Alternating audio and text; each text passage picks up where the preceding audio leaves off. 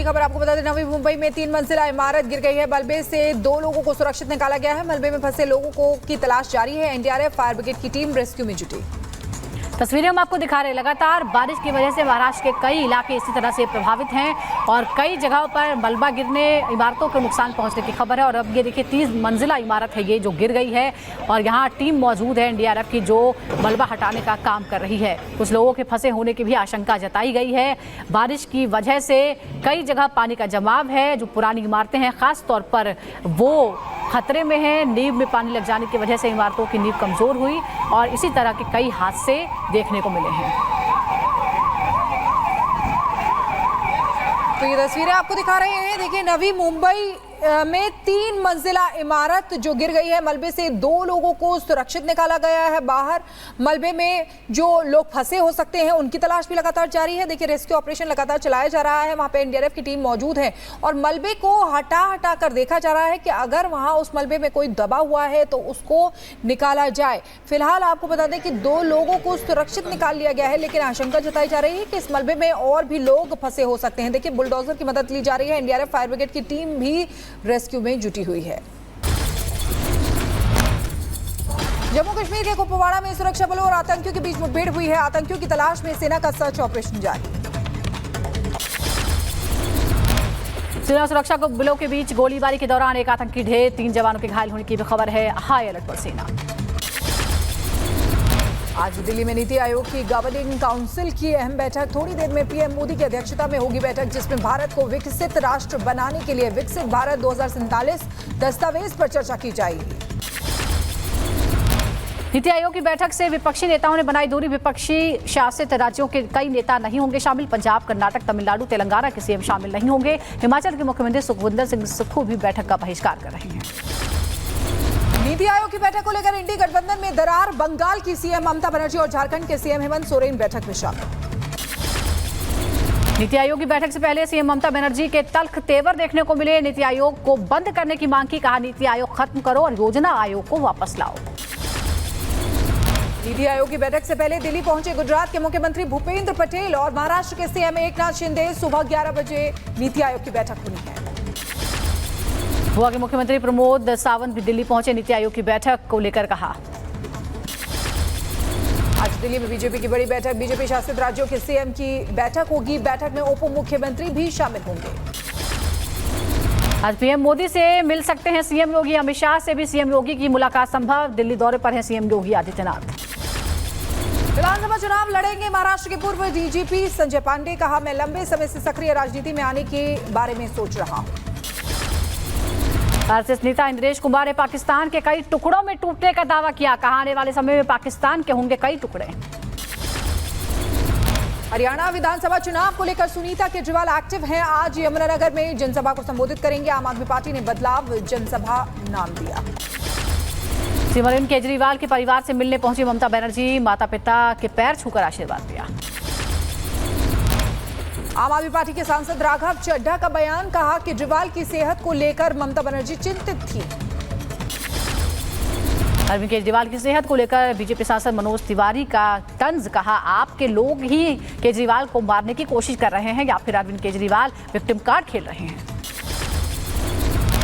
दिल्ली में जलभराव को लेकर बीजेपी नेता वीरेंद्र सचदेवा ने केजरीवाल सरकार को घेरा। कहा नालों की सफाई के नाम पर केजरीवाल सरकार ने भ्रष्टाचार किया है। ये भ्रष्टाचार और दिल्ली को नाश करने वाली सरकार है। झारखंड सरकार के मंत्री इरफान अंसारी का दावा। कहा झारखंड में एक भी बांग्लादेशी घुसपैठ नहीं है। बीजेपी नेता शशि भूषण ने किया पलटवार। कहा इरफान के आगे पीछे रहने वाले लोग बांग्लादेशी घुसपैठियां हैं। कर्नाटक की कांग्रेस सरकार ने बदला रामनगर जिले का नाम। सिद्धरामैया कैबिनेट ने रामनगर का नाम बदलकर बेंगलुरु दक्षिण किया। बीजेपी का हमला। कहा कांग्रेस और राहुल को राम नाम से दिक्कत है। कर्नाटक में रामनगर जिले का नाम बदलने पर प्रहलाद जोशी ने जताया विरोध। कहा कांग्रेस पार्टी और कांग्रेस की सरकार राम विरोधी है। उन्हें राम और राम के मंदिर से एलर्जी है।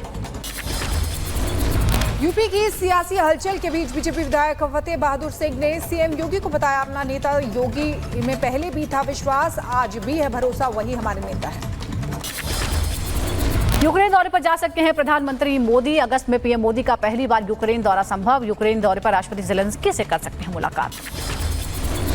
पेरिस ओलंपिक को लेकर पीएमओ की तरफ से किया गया ट्वीट, भारतीय दल के खिलाड़ियों को दी शुभकामनाएं। भारत के पूर्व राष्ट्रपति डॉक्टर एपीजे अब्दुल कलाम की आज पुण्यतिथि है। बीजेपी राष्ट्रीय अध्यक्ष जेपी नड्डा ने ट्वीट कर श्रद्धांजलि अर्पित की। यूपी बीजेपी अध्यक्ष भूपेंद्र चौधरी का बड़ा बयान, कहा मुख्यमंत्री बदलने की चर्चा गलत है, उपचुनाव की तैयारियों पर फोकस है। आज मुख्यमंत्रियों की बैठक में चौधरी भी शामिल होंगे।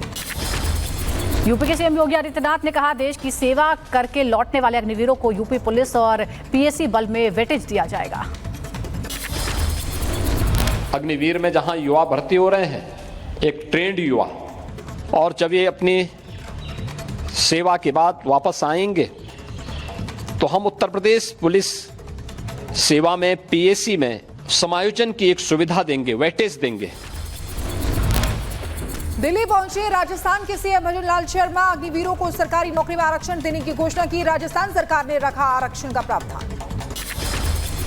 हमारी राजस्थान की सरकार ने भी उन सभी को पुलिस विभाग में जेल प्रहरी के रूप में, वन रक्षक के रूप में राजस्थान की सरकार ने उनको आरक्षण का प्रावधान रखा है। गुजरात के सीएम भूपेंद्र पटेल का बड़ा बयान, अग्निवीरों को गुजरात की आर्म्ड पुलिस और एसआरपी की भर्ती में प्राथमिकता देने की बात कही। ओडिशा के सीएम मांझी ने अग्निवीरों के लिए किया आरक्षण का ऐलान, अग्निवीरों के लिए 10% आरक्षण की घोषणा की। बेंगलुरु के एक पेइंग गेस्ट आवास में मृत पाई गई बिहार की महिला, सूचना के बाद घटनास्थल पर पुलिस पहुंची, शव को कब्जे में लेकर जांच शुरू की। महाराष्ट्र के नवी मुंबई में हादसा हुआ है, ढही 3 मंजिला इमारत, सूचना के बाद घटनास्थल पर पहुंची राहत और बचाव की टीम। यूपी के फतेहपुर के चोरों के हौसले बुलंद है, दुकान के सामने खड़ी बाइक लेकर फरार हो गए चोर, चोरी की घटना सीसीटीवी में कैद हुई, मामले की जांच में जुटी पुलिस। ग्रेटर नोएडा की गौर सिटी में हादसा हुआ है, आईजीएल की पाइपलाइन में लीकेज होने की वजह से लगी आग, किसी के हताहत होने की खबर नहीं है।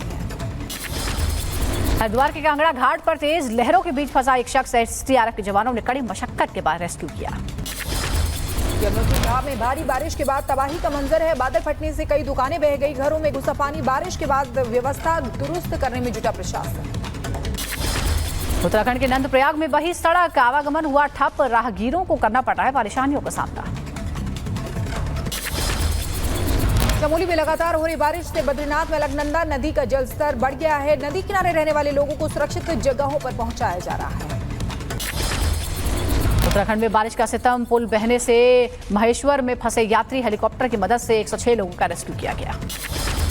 मैदानी इलाकों में भी उफनती नदियां मचा रही है तबाही, यूपी में शारदा नदी में समाये कई घर, गुजरात और महाराष्ट्र के कई शहर पानी में डूब गए हैं, कोल्हापुर में बाढ़ के बीच फंसे लोगों का एनडीआरएफ ने रेस्क्यू किया। कर्नाटक के हुबली में जारी है भारी बारिश का कहर, कई इलाकों में पानी भर गया है, सड़कों पर गाड़ियों की रफ्तार धीमी पड़ गई है। अलीगढ़ में कांवड़ मार्ग पर हिंदूवादी संगठन ने फल, सब्जी और ढाबों पर लगाए भगवा ध्वज और पोस्टर, अन्य लोगों से भी लगाने की अपील की। यूपी के हापुड़ में कांवड़ यात्रा को लेकर पुलिस प्रशासन अलर्ट पर, यात्रा की सुरक्षा को ध्यान में रखते हुए साइकिल पर सादी वर्दी में पुलिसकर्मी तैनात। अलीगढ़ मुस्लिम विश्वविद्यालय में छात्रों ने हॉस्टल खाली कराए जाने को लेकर किया विरोध, एएमयू प्रशासन के खिलाफ नारेबाजी की, फैसले की निंदा की। उदयपुर में निजीकरण के विरोध में सड़कों पर उतरे जलदाय विभाग के कर्मचारी, राज्य सरकार के खिलाफ जमकर नारेबाजी की, 29 को होगा प्रदेश स्तरीय आंदोलन। राजौरी में एलओसी पर भारतीय सेना ने की फायरिंग, मार गिराया पाकिस्तानी ड्रोन, सेना ने ड्रोन से गिराए गए हथियार बरामद किए हैं, एक पिस्टल और 2 मैगजीन और 30 से ज्यादा गोलियां भी बरामद की गई हैं।